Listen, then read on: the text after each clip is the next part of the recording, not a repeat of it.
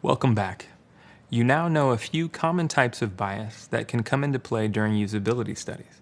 Keep in mind that being aware of biases like these is actually the first step in reducing them, so we're already on our way. In this video, we'll explore strategies for reducing your own bias when conducting usability studies. The first thing you can do to overcome bias is to identify and admit your own biases. As part of our work, UX designers make a lot of assumptions, but we also test them out and revise them when we get new information. By acknowledging your own biases, you can be more objective and question your assumptions as you conduct a usability study. For example, imagine you're designing a website that sells handbags. Before we design the website, let's start with a little introspection or soul searching. Make sure you have a piece of paper and a pen ready. Pause the video if you need to grab supplies. Think about handbags and answer the following questions. We'll give you 10 seconds to write down ideas for each one. Who uses handbags?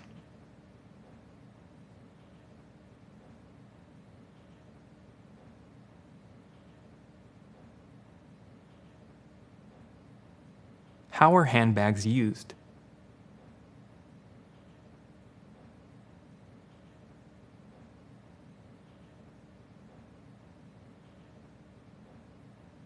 What other thoughts do you have when you think about the word handbags?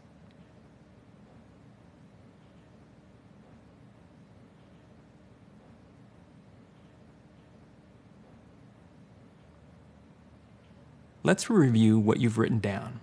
When asked the questions, who uses handbags, did you list a certain group of people, like women? Did you consider that men might also carry handbags? If you primarily thought about handbags being used by women, you may have a bias that men are not interested in handbags. In some cultures, it's common for men to use handbags every day. And when asked the question, how are handbags used, did you list to carry lipstick, keys, or a wallet? Based on what you listed, you may have a bias that handbags are used to carry certain items. Sometimes handbags are used to carry dogs or your lunch. Learning about all of your biases will take a lot of work and reflection. It might even be hard and uncomfortable. This exercise is just one simple example to get you thinking about what your biases might be. Being aware of your own biases can help you avoid forming any opinions before you have results from your research. When conducting usability studies, be sure to phrase questions in a way that allows for a diversity of responses.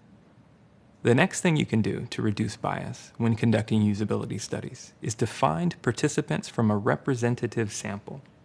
The small group of participants you conduct your usability study with should represent your key user group, as well as user groups that are often marginalized. Next, define the research criteria beforehand. Remember, when you created a plan for your usability study, a couple of the key elements focused on the research goals and research questions. By establishing research goals with your team before the usability study begins, you reduce the chance of designer biases leading you down the wrong path. Also, phrase interview questions thoughtfully. If we ask a participant, do you like the design experience, we might not get all the information we need.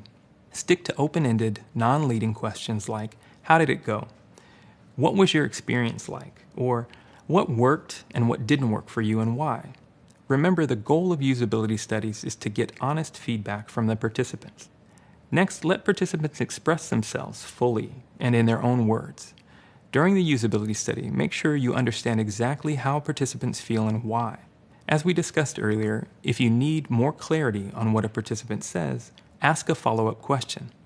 Finally, be mindful of your body language. Remember the friendliness bias?